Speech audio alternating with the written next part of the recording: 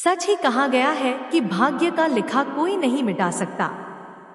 चंदन नगर का राजा चंदन सिंह बहुत ही पराक्रमी एवं शक्तिशाली था। उसका राज्य भी धन धान्य से पूर्ण था। राजा की ख्याति दूर दूर तक फैली थी। एक बार चंदन नगर में एक ज्योतिषी पधारे। उनका नाम था भद्रशील। उनके बारे में विख्यात था कि वह बहुत ही पहुंचे हुए ज्योतिषी हैं और किसी के भी भविष्य के बारे में सही सही बता सकते हैं। वह नगर के बाहर एक छोटी कुटिया में ठहरे थे। उनकी इच्छा हुई कि वह भी राजा के दर्शन करें। उन्होंने राजा से मिलने की इच्छा व्यक्त की तो राजा से मिलने की अनुमति उन्हें सहर्षी मिल गई। राज दरबार में राजा ने उनका हार्दिक स्वागत किया। चलते समय राजा ने ज्योतिषी को कुछ हीरे जवाहरात देकर विदा करना चाहा, परंतु ज्योतिषी ने यह कहकर मना कर दिया कि वह सिर्फ अपने भाग्य का खाते हैं। राजा की दी हुई दौलत से वह अमीर नहीं बन सकते। राजा ने पूछा, इससे क्या तात्पर्य है आपका गुरुदेव? कोई भी व्यक्ति अपनी किस्मत और मेहनत से गरीब या अमीर होता है। यदि राजा भी किसी को अमीर बनाना चाहे तो नहीं बना सकता। राजा की दौलत भी उसके हाथ से निकल जाएगी। यह सुनकर राजा को क्रोध आ गया। गुरुदेव, आप किसी का हाथ देखकर यह बताइए कि उसकी किस्मत में अमीर बनना लिखा है या गरीब। मैं उसको उलटकर दिखा दूंगा। राजा बोले, ठीक है, आप ही किसी व्यक्ति को बुलाइए, मैं बताता हूं उसका भविष्य और भाग्य। ज्योतिषी ने शांतिपूर्वक उत्तर दिया। राजा ने अपने मंत्री को चुपचाप कुछ आदेश दिया और कुछ ही क्षणों में एक सजा धजा नौजवान ज्योतिषी के सामने हाजिर था। ज्योतिषी भद्रशील ने ध्यान से उस व्यक्ति का माथा देखा, फिर हाथ देखकर कहा, यह व्यक्ति गरीबी में जन्मा है और जिंदगी भर गरीब ही रहेगा। इसे खेतों और पेड़ों के बीच कुटिया में रहने की आदत है और वहीं रहेगा। राजा चंदन सिंह सुनकर हैरत में पड़ गया। बोला, आप ठीक कहते हैं, यह सजाजा नौजवान महल के राजसी वस्त्र पहनकर आया है, परंतु वास्तव में यह महल के बागों की देखभाल करने वाला गरीब माली है। परंतु गुरुदेव, 1 वर्ष के भीतर मैं इसे अमीर बना दूंगा। यह जिंदगी भर गरीब नहीं रह सकता। राजा का घमंड देखकर ज्योतिषी ने कहा, ठीक है, आप स्वयं प्रयत्न कर लीजिए, अब मुझे आज्ञा दीजिए। और ज्योतिषी भद्रशील चंदन नगर से चले गए। राजा ने अगले दिन माली दयाल को बुलाकर एक पत्र दिया और साथ में यात्रा करने के लिए कुछ धन दिया। फिर उससे कहा, यहाँ से 100 कोस दूर बालीपुर में मेरे परम मित्र भानु प्रताप रहते हैं, वहां जाओ और यह पत्र उन्हें दे आओ। सुनकर दयाल का चेहरा लटक गया। वह पत्र लेकर अपनी कुटिया में आ गया और सोचने लगा, यहाँ तो पेड़ों की थोड़ी बहुत देखभाल करके दिन भर आराम करता हूँ, अब इतनी गर्मी में इतनी दूर जाना पड़ेगा। परंतु राजा की आज्ञा थी, इसलिए अगले दिन सुबह तड़के वह चंदन नगर से पत्र लेकर निकल गया।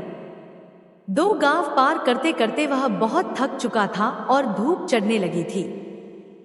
इस कारण उसे भूख और प्यास भी जोर की लगी थी। वह उस गांव में बाजार से भोजन लेकर एक पेड़ के नीचे खाने बैठ गया।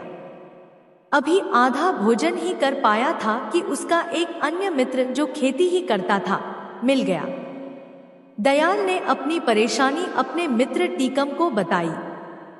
सुनकर टीकम हंसने लगा और बोला, इसमें परेशानी की क्या बात है? राजा के काम से जाओगे, खूब आवभगत होगी। तुम्हारी जगह मैं होता तो खुशी खुशी जाता। यह सुनकर दयाल का चेहरा खुशी से खिल उठा। तो ठीक है भैया टीकम, तुम ही यह पत्र लेकर चले जाओ, मैं एक दिन यहीं आराम करके वापस चला जाऊंगा। टीकम ने खुशी खुशी वह पत्र ले लिया और 2 दिन में बाली नगर पहुंच गया। वहां का राजा भानु प्रताप था। टीकम आसानी से भानु प्रताप के दरवाजे तक पहुंच गया और सूचना भिजवाई कि चंदन नगर के राजा का दूत आया है। उसे तुरंत अंदर बुलाया गया। टीकम की खूब आवभगत हुई। दरबार में मंत्रियों के साथ उसे बिठाया गया। जब उसने पत्र दिया तो भानुप्रताप ने पत्र खोला। पत्र में लिखा था, प्रिय मित्र, यह बहुत योग्य एवं मेहनती व्यक्ति है। इसे अपने राज्य में इसकी इच्छानुसार 400 एकड़ जमीन दे दो और उसका मालिक बना दो। यह मेरे पुत्र समान है। यदि तुम चाहो तो इससे अपनी पुत्री का विवाह कर सकते हो। वापस आने पर मैं भी उसे अपने राज्य के 5 गांव इनाम में दे दूंगा। राजा भानुप्रताप को लगा कि यह सचमुच में योग्य व्यक्ति है। उसने अपनी पुत्री व पत्नी से सलाह करके पुत्री का विवाह टीकम से कर दिया और चलते समय ढेरों हीरे जवाहरात देकर विदा किया। उधर आलसी दयाल थकाहारा अपनी कुटिया में पहुंचा और जाकर सो गया। 2 दिन सोता रहा, फिर सुबह उठकर पेड़ों में पानी देने लगा। सुबह जब राजा अपने बाग में घूमने निकले तो दयाल से पत्र के बारे में पूछा। दयाल ने डरते डरते सारी राजा को बता दी। राजा को बहुत क्रोध आया और साथ ही ज्योतिषी की भविष्यवाणी भी याद आई, परंतु राजा ने सोचा कि कहीं भूल चूक भी हो सकती है, अतः वह एक बार फिर प्रयत्न करके देखेगा कि दयाल को धनी किस प्रकार बनाया जाए। 3-4 दिन पश्चात दयाल राजा का गुस्सा कम करने की इच्छा से खेत से बड़े बड़े तरबूज तोड़ कर लाया और बोला, सरकार, इस बार फसल बहुत अच्छी हुई है। देखिए खेत में कितने बड़े बड़े तरबूज हुए हैं। राजा खुश हो गया। उसने चुपचाप अपने मंत्री को इशारा कर दिया।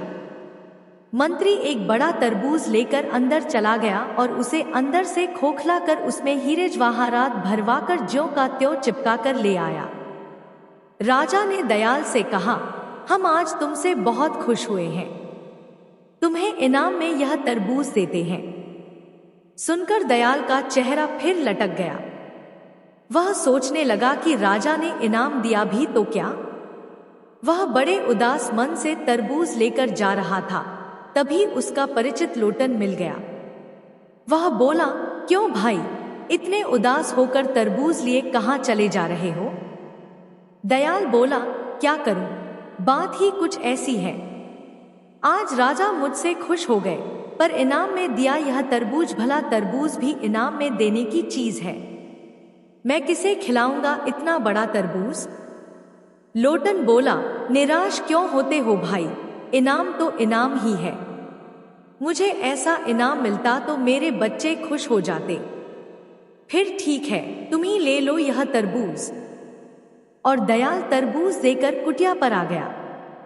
अगले दिन राजा ने दयाल का फिर वही फटा हाल देखा तो पूछा, क्यों तरबूज खाया नहीं? दयाल ने सारी बात चुपचाप बता दी। राजा को दयाल पर बड़ा क्रोध आया, पर कर क्या सकता था। अगले दिन दयाल ने लोटन को बड़े अच्छे अच्छे कपड़े पहने बग्घी में जाते देखा तो उसके आश्चर्य का ठिकाना न रहा। दयाल ने अचानक धनी बनने का राज लोटन से पूछा तो उसने तरबूज का किस्सा बता दिया। सुनकर दयाल हाथ मलकर रह गया। तभी उसने देखा कि किसी राजा की बारात सी आ रही है। उसने पास जाकर पता किया तो पता लगा कि कोई राजा अपनी दुल्हन को ब्याह कर ला रहा था। ज्यों ही उसने राजा का चेहरा देखा तो उसके हाथों के तोते उड़ गए। उसने देखा राजस्वारी पर टीकम बैठा था। अगले दिन टीकम से मिलने पर उसे पत्र की सच्चाई पता लगी, परंतु अब वह कर ही क्या सकता था। राजा ने भी किस्मत के आगे हार मान ली और सोचने लगा, ज्योतिषी ने सच ही कहा था, राजा भी गरीब को अमीर नहीं बना सकता यदि उसकी भाग्य में गरीब रहना लिखा है। अब राजा ने ज्योतिषी भद्रशील को बहुत ढूंढवाया पर उनका कहीं पता न लगा। हरे कृष्ण कृष्ण कृष्ण हरे हरे, हरे राम राम राम हरे हरे।